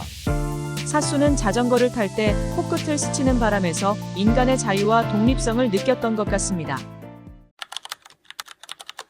1995년 화성과 목성 사이를 공전하는 소행성이 발견됐습니다. 8,558 헤크로 이름이 지어졌는데요. 평생 천문학 연구에 헌신한 이탈리아의 마르게리타 헤크를 기리기 위해서였습니다. 헤크는 여성 최초로 트리에스테 대학 천문대 소장에 취임해 이탈리아 천문학의 위상을 세계적 수준으로 끌어올렸습니다. 그녀는 사회 현안에 대해서도 적극적으로 발언했는데요. 환경운동에 앞장섰고 안락사를 지지했습니다. 채식주의자인 헤크는 어릴 때부터 운동을 좋아했는데요. 높이뛰기 전국대회에서 동메달을 딸 정도로 재능도 있었습니다. 그런데 그녀가 평생 즐겼던 스포츠는 자전거입니다. 자전거에 관한 책도 썼던 헤크는 이런 말을 남겼습니다. 최근까지 자전거 페달을 밟았습니다. 자전거를 타면 균형 감각과 욕망, 의욕이 생깁니다. 상반된 의미를 동시에 가진 단어가 있습니다. 위기가 그렇습니다. 이 말에는 위험과 기회의 뜻이 함께 있죠. 영어에는 코멘스먼트가 있습니다. 이 단어에는 졸업식과 시작이라는 두 가지 뜻이 있습니다. 학교 생활을 끝내는 졸업과 새 출발이라는 상반된 의미를 동시에 가진 단어입니다. 그런데 졸업하고 사회에 나가면 그게 또 다른 시작이니까 서로 통한다고 볼 수도 있겠습니다. 자전거로 돌아와서 빈센조 드 펠리스의 말을 들어보겠습니다. 자전거는 인간을 자유롭게 하는 유일한 사슬입니다. 여기서 사슬은 영어로 체인입니다. 자전거 부품 중에 체인이 있죠. 체인은 보통 뭔가 묶는 데 쓰는 물건이지만 자전거 체인은 자유를 줍니다. 구속과 억압의 상징인 체인이 자전거에서는 자유와 해방입니다. 나쁜 것도 자전거와 관계되면 다 좋은 것으로 바뀌네요. 디자인 분야에서 일하면서 쉴 때는 자전거 라이딩을 좋아하는 한 남자가 있었습니다. 크리에이티브 디렉터 찰스 유얼은 자신이 좋아하는 디자인과 자전거를 엮으면 뭔가 재미있는 일을 할 수 있지 않을까 생각했습니다. 자전거를 소재로 한 포스터 전시회 아트크랭크는 그러한 고민의 산물입니다. 2007년 첫 전시회를 열 때만 해도 일회성으로 기획했지만 폭발적인 인기 덕분에 미국 전역과 해외까지 전시 무대를 넓혔습니다. 팬데믹으로 중단될 때까지 수십만 명의 관람객이 전시회를 찾아 3,000장이 넘는 재미있는 포스터를 감상하고 직접 구매도 했습니다. 아트크랭크를 기획한 찰스 유얼은 자전거 타기를 창작 행위로 이해했습니다. 그의 말을 들어보시죠. 자전거 라이딩은 창조적 표현 행위이며 자전거를 타러 나갈 때마다 항상 변화하는 예술 형식입니다. 마르크 오제는 비장소라는 말을 처음 쓴 프랑스 인류학자입니다. 그가 말하는 비장소는 장소 아닌 장소, 서로 모르는 사람들끼리 스쳐 지나가는 장소, 인간적인 교류가 없는 익명의 공간, 역사성이 부재하고 그저 소비를 위한 공간입니다. 공항이나 대형 쇼핑몰, 고속도로가 대표적인 비장소입니다. 비장소의 소외를 극복하고 인간적인 장소를 찾으려는 사람들에게 오제는 자전거 라이딩을 추천합니다. 그는 자전거 찬양이라는 책에서 이렇게 썼습니다. 유토피아로 돌아가기, 실존으로 돌아가기, 결국 이 둘은 같은 것입니다. 자전거를 타면 우리 모두의 삶이 좋아집니다. 자전거 라이딩은 지극히 개인적이면서 동시에 많은 사람과 공유하는 시공간, 즉 역사의 뿌리를 두고 있습니다. 그 점에서 자전거는 오늘날 소외를 극복하는 인간적인 장소가 될 수 있습니다. 자전거에 관한 책을 남긴 저명한 작가들이 덜어 있습니다. 북회기선으로 유명한 미국 소설가 헨리 밀러도 그중 한 명입니다. 그가 세상을 떠나기 2년 전쯤 내 자전거와 친구들이란 에세이를 출간했는데요. 이 책에서 밀러는 자전거와 더불어 지낸 노년의 삶을 회고했습니다. 그의 말을 들어보시죠. 하루에 몇 시간씩 자전거를 타는 생활에 익숙해지다 보니 나중에는 친구들에게 점점 관심이 없어졌습니다. 이제 자전거 바퀴가 저의 유일한 친구입니다. 친구들보다 자전거에 더 많이 의지하게 된 거죠. 그런데 친구가 된 자전거와 함께 찍은 사진이 없다는 게 안타깝습니다. 우리가 어떻게 생겼었는지 알 수만 있다면 뭘 줘도 아깝지 않을 텐데요. 먼 훗날 후회하지 않으려면 사진 찍는 걸 귀찮아하지 말아야겠습니다. 남는 건 사진밖에 없으니까요. 집에서는 좋은 남편과 아빠 되기, 밖에서는 세상에 도움이 되는 사업하기가 인생의 목표인 남자가 있습니다. 캐나다의 마이크 브리치치는 오지로 떠나는 모험 여행사를 운영하고 있습니다. 그는 아프리카와 개발도상국을 여행하던 중 이들 나라에 당장 필요한 게 자전거라고 생각했습니다. 먼 길을 걸어서 학교에 가는 아이들과 시장에 장사하러 가기 위해 새벽 일찍 집을 나서는 농민들을 보면서 자전거를 떠올렸던 겁니다. 그는 아내와 함께 자선단체 국경 없는 자전거를 설립하고 제3세계의 자전거 보내기 운동에 나섰습니다. 자전거가 인생을 바꿀 수 있다며 브리치치는 이렇게 말했습니다. 사무실에서 보낸 하루가 아무리 즐거워도 자전거를 타고 보낸 힘든 날만 못합니다. 우울한 날이면 자전거를 끌고 밖으로 나가기만 하면 되겠군요. 자전거를 타면서 삶이 달라졌다고 고백하는 라이더가 있습니다. 다이어트에 성공한 라이더가 있는가 하면 어떤 사람은 우울증이 사라졌다고 말합니다. 이처럼 오늘날 자전거는 단순한 교통수단에 그치지 않습니다. 프랑스 소설가 모리스 르블랑은 이렇게 말했습니다. 자전거는 더 이상 쇠로 된 짐승이 아닙니다. 오히려 이제는 친구가 됐습니다. 자전거는 가장 흉포한 적들에 맞서는 힘세고 충직한 동지입니다. 자전거는 불안보다 강하고 슬픔보다 강합니다. 자전거에는 희망을 주는 힘이 있습니다. 절망에 빠졌을 때 자전거는 위로가 됩니다. 안장에 올라 천천히 자연 속으로 들어갈 때 불안과 걱정의 그림자가 옅어지고 평온함이 온몸에 스며듭니다. 자전거는 지친 몸을 일으켜 세우며 길 위에서 새로운 길을 찾도록 도와줍니다. 페달을 밟을 때마다 앞으로 굴러가는 한 바퀴 한 바퀴가 곧 삶의 새로운 페이지가 됩니다. 그것이 바로 자전거가 주는 희망의 힘이자 구원입니다. 어떤 집을 짓고 사는지 말해주면 그대가 누구인지 알려드리겠습니다. 집은 그저 건물이 아닙니다. 우리를 이해해주는 곳이면 어디나 집입니다. 크리스티안 모르겐슈테인이 한 말입니다. 집 얘기를 해서 건축가가 아닐까 생각하는 분이 있겠지만 모르겐슈테르는 독일의 작가이자 시인입니다. 그가 자전거에 대해서도 명언을 남겼는데 들어보시죠. 자전거가 어떻게 움직이는지 자세히 본 다음 직접 타보세요. 자전거를 탈 때처럼 당신의 의지를 작동시켜 그 위에 올라탈 수 있다면 그렇게 해보세요. 자전거 안장에 앉아있을 때처럼 어느 정도 흔들림이야 있겠지만 결국 당신은 의지의 주인이 될 겁니다. 울퉁불퉁한 길에서 비틀거려도 목적지를 향해 나아가는 자전거처럼 인생에서도 의지만 확고하다면 시련이 있어도 결국 목표에 도달한다는 뜻 아니겠습니까? 유럽에는 자전거를 즐겨 타는 작가들이 많습니다.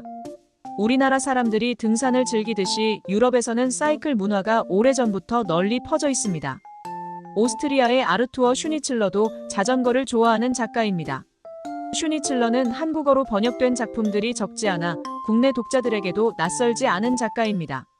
그런데다 그의 소설 꿈의 노벨레는 스탠리 큐브릭 감독에 의해 아이즈 와이드 셔츠라는 영화로 만들어지기도 했습니다. 톰 크루즈와 니콜 키드먼 부부가 주연을 맡았던 영화죠. 영화를 찍고 나서 이혼해서 화제가 된 작품입니다. 오늘은 슈니칠러가 남긴 자전거 어록 한 구절을 소개합니다. 들어보시죠. 인생을 즐겁게 살기 위해 내가 의지하는 것은 두말할 것도 없이 자전거입니다. 가까이 하면 삶이 즐거워지는 자전거, 여러분도 다가가 보시면 어떨까요? 포낙이라는 회사를 들어보셨나요? 보청기로 유명한 스위스 기업입니다. 포낙의 앤디 라이스 회장은 자전거를 타고 투르드 프랑스의 산악 코스를 직접 오른 자전거 마니아입니다. 그는 자전거 회사 BMC를 인수하더니 2007년에는 BMC 레이싱 팀을 창단하기까지 했습니다. 팀은 2011년 카델 에반스를 앞세워 투르드 프랑스에서 우승해 라이스 회장의 전폭적인 지원에 보답했습니다. 스위스 올림픽 선수들을 위해 벨로드롬을 짓고 사이클 투자라면 돈을 아끼지 않았던 라이스 회장은 오히려 자신이 자전거로부터 도움을 많이 받았다고 고백했습니다. 그의 말을 들어보시죠. 나는 회의실에서보다 자전거 안장에서 더 많은 문제를 해결했습니다. 회사의 미래가 걱정돼 밤잠을 설치는 경영자가 있다면 라이스 회장처럼 자전거 안장에 올라보시면 어떨까요? 독일 언론인이자 시인 볼프강 리우스가 이런 말을 했습니다.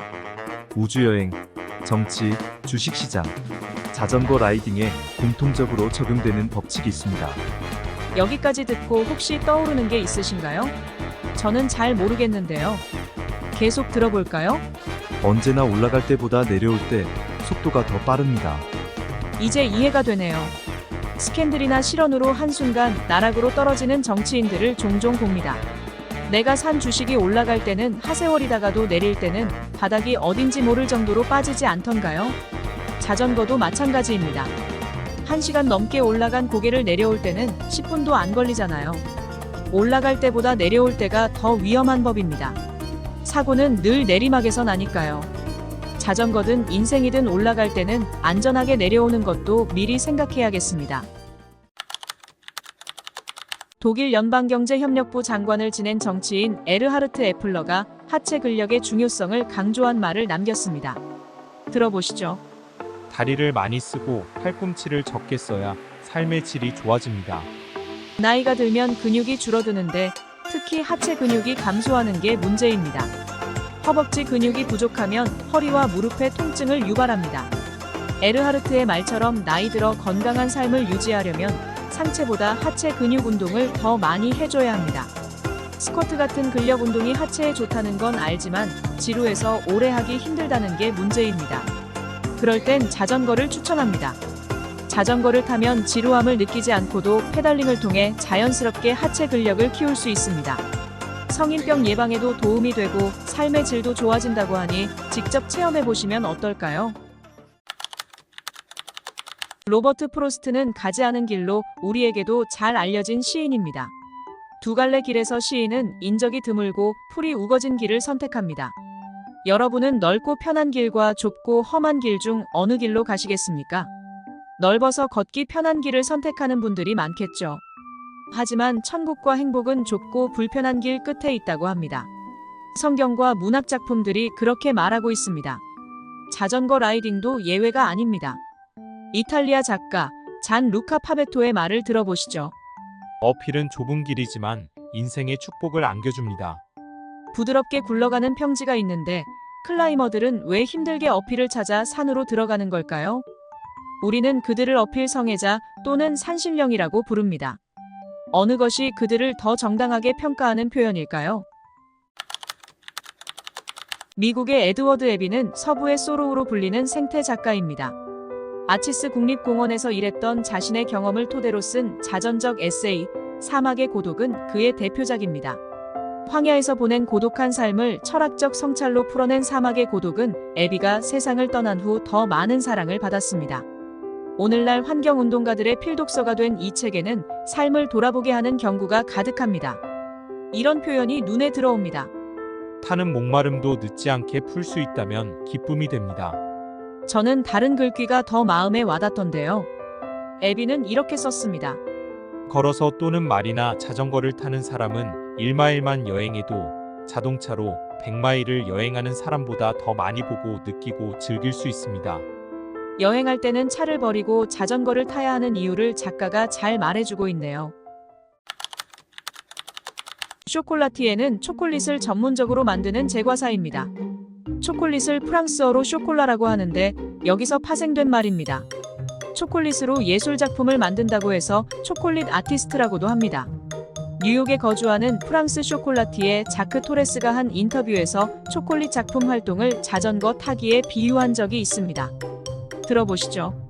실패를 해봐야 성공할 수 있습니다. 그렇지 않나요? 처음부터 자전거를 잘 타는 사람은 없습니다. 몇 번 넘어진 후에야 자전거 타기에 성공할 수 있습니다. 처음부터 자전거를 잘 타는 사람이 드물듯이 초콜릿으로 작품을 만드는 것도 결코 쉬운 일이 아니군요. 그래서 실패는 성공의 어머니라고 하는 걸까요?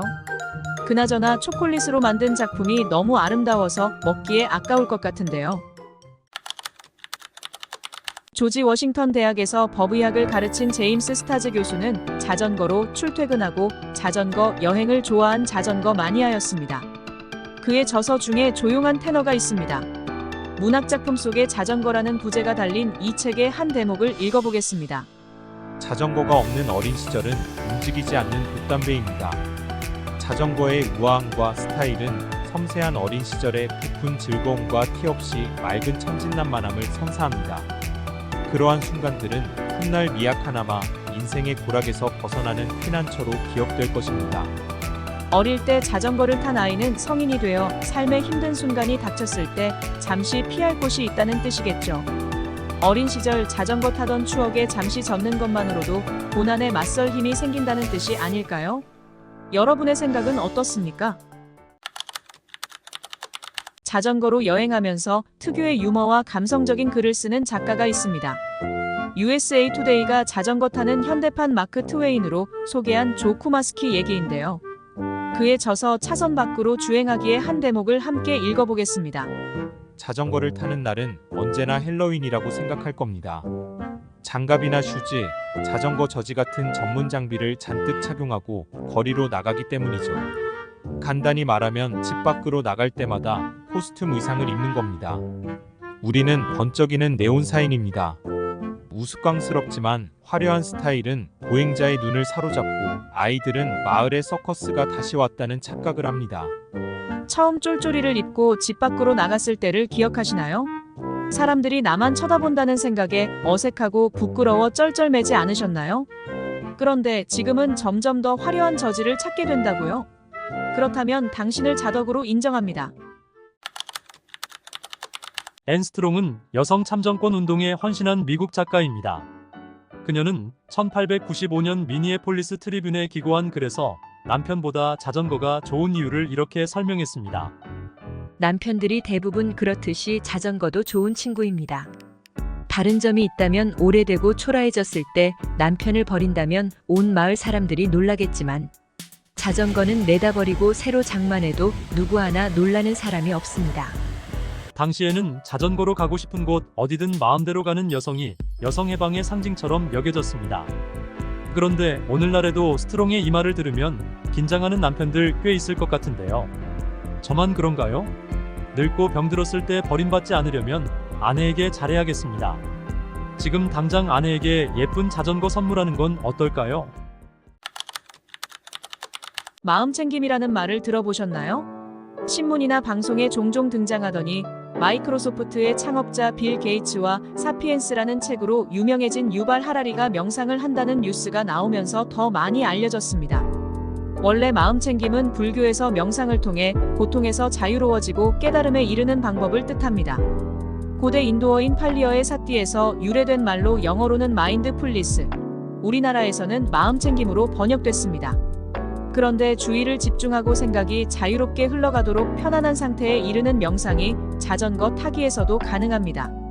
미국의 자전거 미케닉 레너드지는 이렇게 말했습니다. 우주와 하나가 되세요. 만약 그럴 수 없다면 적어도 자전거와 하나가 되십시오. 자전거와 하나가 되는 것, 그게 바로 명상이고 해탈에 이르는 길입니다. 여러분은 늘 타던 코스를 좋아하시나요? 아니면 안 가본 코스에도 종종 도전하시나요? 익숙하고 편해서 자주 타는 코스만 고집하는 라이더가 많습니다. 물론 안전의 이유도 있겠죠. 잘 아는 길이면 덜 위험하다고 생각하니까요. 그런데 문득 다람쥐 쳇바퀴 도는 것처럼 타는 게 좀 심심하다는 생각이 들지 않으셨나요? 그렇다면 사이클리스트 마크 레미의 말을 들어보시죠. 가장 좋은 코스는 타보지 않은 길입니다. 매년 같은 코스를 뱅글뱅글 돌며 탈 수도 있습니다. 직설적이든 비유적이든 같은 코스만 고집하는 라이더가 정말 많습니다. 하지만 성장을 원한다면 새로운 라이딩을 해야 합니다. 위험을 감수해야죠. 오랫동안 봐왔지만 가보지 않은 길로 여행하세요. 한두 번 길을 잃어도 괜찮습니다. 출발했던 곳으로 돌아와 다시 시도하면 됩니다. 인생도 이렇게 살면 미지의 세계가 위협이 아니라 매력으로 느껴질 겁니다. 스티븐 브레이어는 미 연방 대법관을 지낸 법조인입니다. 그의 후임으로 커탄지 브라운 잭슨 판사가 취임하면서 미국은 연방대법원 233년 역사상 최초로 흑인 여성 대법관을 갖게 됐습니다. 브레이어 대법관은 자전거 라이딩을 좋아하는데요. 그가 자전거의 장점에 대해 말해달라는 질문을 받고 이렇게 답했습니다. 자전거의 장점이요? 운동되죠. 주차장 문제로 속 썩을 일 없죠. 기름값 걱정 없죠. 게다가 재미있기까지 하죠. 차를 운전하면 돈이 많이 듭니다. 어디 갈 때마다 주차장 찾아야죠. 그런데다 전 운전이 재미가 없어요. 이 정도면 자전거를 타야 할 이유가 충분하지 않을까요? 자전거 타세요. 여러분은 자전거를 타다가 쇄골이 부러지고 자동차에 부딪히기도 했지만 라이딩을 포기하지 않았던 한 남자의 자전거 예찬을 들으셨습니다. 그가 대법관에서 물러난 진짜 이유는 자전거를 더 타고 싶어서가 아니었을까요? 문득 그런 생각이 듭니다. 건강에 좋아서, 교통비를 아끼기 위해, 온실가스를 배출하지 않아서 자전거를 타는 이유는 다양합니다.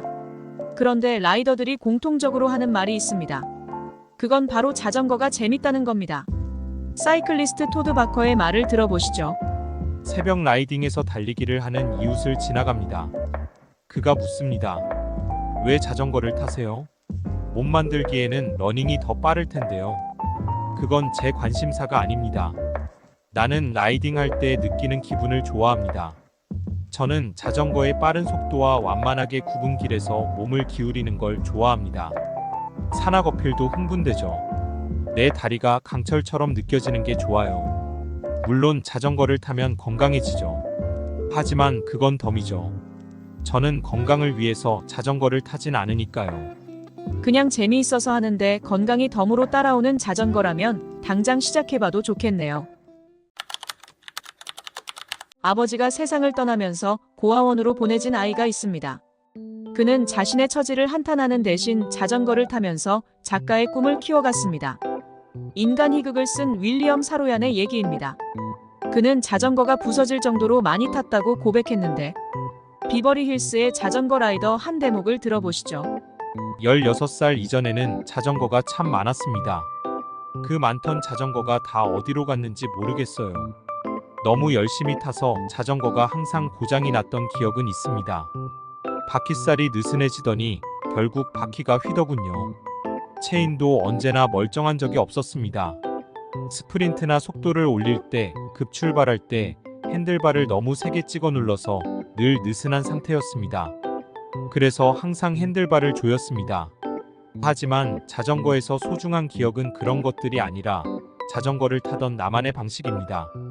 자전거를 탈 때 떠올랐던 생각들, 내게 다가온 음악, 이런 것들이죠. 사로얀은 자전거 안장에서 소설의 모티브를 얻었던 것 같습니다. 어느 집단에나 자기들끼리만 쓰는 은어가 있습니다. 자전거도 예외가 아닙니다. 다른 라이더 뒤에 바짝 붙어서 타는 핏발기, 언덕을 오를 때 내려서 자전거를 끌고 가는 끌바 같은 표현이 대표적입니다.